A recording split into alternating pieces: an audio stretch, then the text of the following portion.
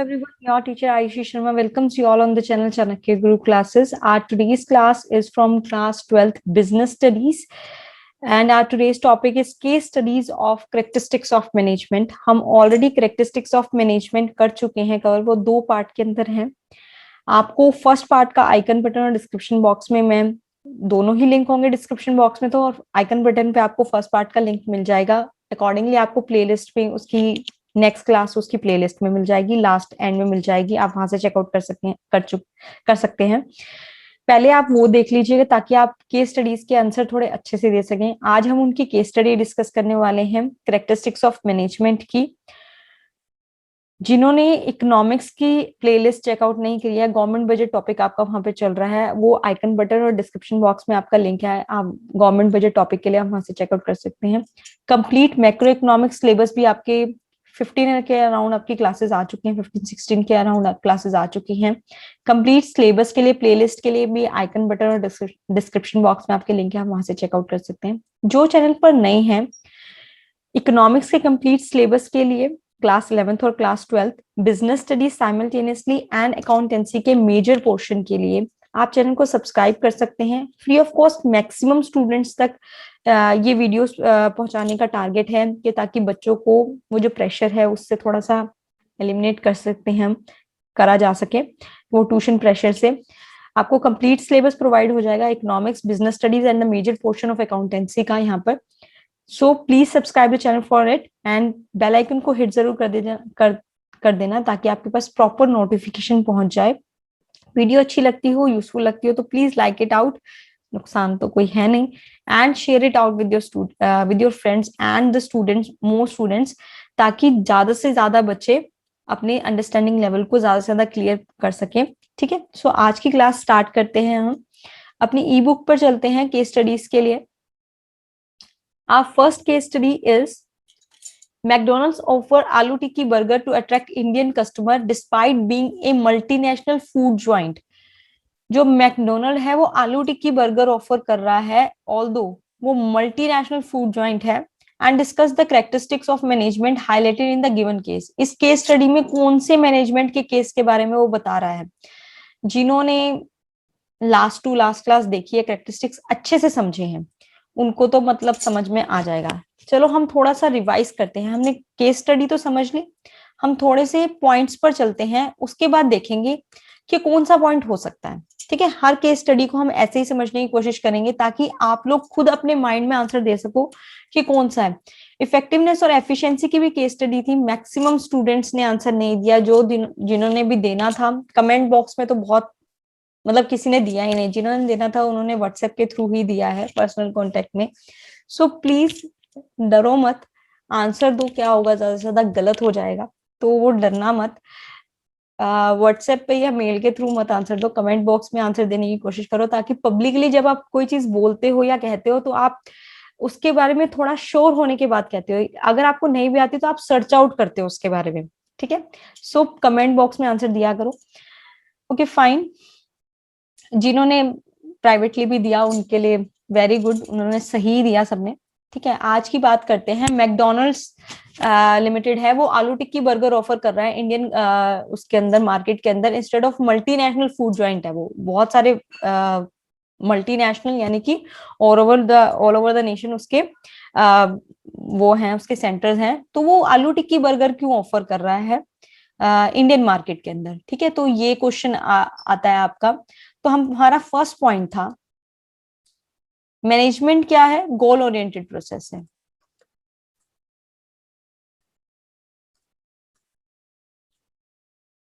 ठीक है, हम एक एक पॉइंट के बारे में बात करेंगे कौन सा ज्यादा लग रहा है हमें.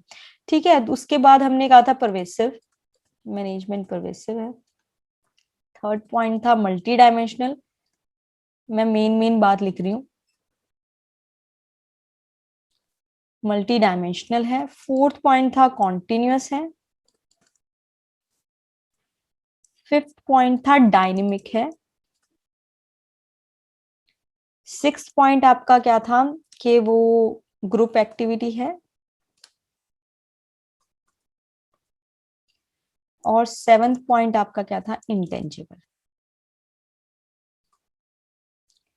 अब देखो, आलू टिक्की बर्गर इंडियन मार्केट के लिए ऑफर किया गया, तो गोल होगा उसका कोई, ठीक है, ये चीज शायद हो सकती है, गोल ओरिएंटेड, यानी कि अपने गोल को इंडियन मार्केट में अचीव करने के लिए।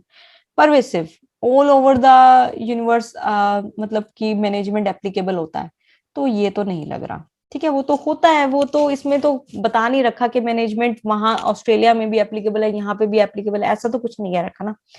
ठीक है, multi dimensional, multi dimensional work operation, इससे रिलेटेड क्या काम होना चाहिए, कैसे होना चाहिए और कौन करेगा, इससे रिलेटेड तो कोई बात नहीं हो रही, ये भी नहीं है। कॉन्टिन्यूअस प्रोसेस, नहीं, इसमें कॉन्टिन्यूशन की कोई बात नहीं हो रही, प्लानिंग, ऑर्गेनाइजिंग, स्टाफिंग, डायरेक्टिंग, ऐसे कोई प्लान, वो कॉन्टिन्यूशन नहीं दिखा रहा वो, तो ये भी नहीं है। डायनेमिक फंक्शन, डायनेमिक के अंदर बात की थी, अकॉर्डिंग टू एक्सटर्नल एनवायरनमेंट चलता है वो, कि जैसा आपका एक्सटर्नल एनवायरनमेंट है वैसे ही वो चीज ऑफर करता है। ठीक है, तो ऐसा कुछ है इसमें, वो अकॉर्डिंग टू इंडियन मार्केट क्या ऑफर कर रहा है, आलू टिक्की बर्गर ऑफर कर रहा है, तो ज्यादा प्रोबेबिलिटी क्या है, डायनेमिक फंक्शन की है। गोल ओरिएंटेड भी थोड़ा माइनर है, क्योंकि गोल तो है, लेकिन गोल ओरिएंटेड प्रोसेस उसका ऐसा इंडियन मार्केट के लिए अलग है, बाकी कंट्रीज की मार्केट के लिए अलग अलग है। तो ठीक है, तो उसका जो मेन गोल होगा कि उसको ऑल ओवर, मतलब कि अपनी जो प्रॉफिट मोटिव का गोल होगा, या जो भी मार्केट का मेजर शेयर का गोल होगा, वो ये गोल तो नहीं होगा, आलू टिक्की बर्गर गोल तो नहीं होगा। ठीक है, ग्रुप एक्टिविटी, ग्रुप के बारे में तो कोई बात ही नहीं हुई, इनटेंजिबल फोर्सेस के बारे में कोई बात नहीं हुई, तो सबसे ज्यादा प्रोबेबिलिटी किसकी है, डायनेमिक की। तो आपको कौन सा फीचर समझाना है इसके अंदर, डायनेमिक समझाना है। क्लियर हो गया, क्योंकि वो एक्सटर्नल एनवायरनमेंट के अकॉर्डिंग अपनी सिचुएशन को चेंज कर रहा है ना, तो वो dynamic, management is a dynamic function. ठीक है, अब दोबारा से अपनी केस स्टडीज पर चलते हैं कि नेक्स्ट केस ये और में आप लोगों के लिए है। ठीक है, वैसे तो आंसर इसका भी यही होगा। ठीक है, मैंने आपको बता दिया, चलो ओके, द नेक्स्ट वन। इसके बाद हम नेक्स्ट केस स्टडी पे चलते हैं अपने। ABC Limited is able to achieve its target sales with prescribed time as employees are happy. ABC limited है, वो टारगेट अचीव कर, सेल्स टारगेट अचीव कर रही है प्रिस्क्राइब टाइम के अंदर, उसके एम्प्लॉयज क्या है, हैप्पी हैं, and there is orderliness and coordination, orderliness भी है और कोऑर्डिनेशन भी है उन एम्प्लॉयज के अंदर in the work environment. Discuss the characteristic of management depicted here, यहाँ पे बताना है कि कौन से करेक्टरिस्टिक के बारे में बात करें। दोबारा से अपने व्हाइट बोर्ड पे चलते हैं।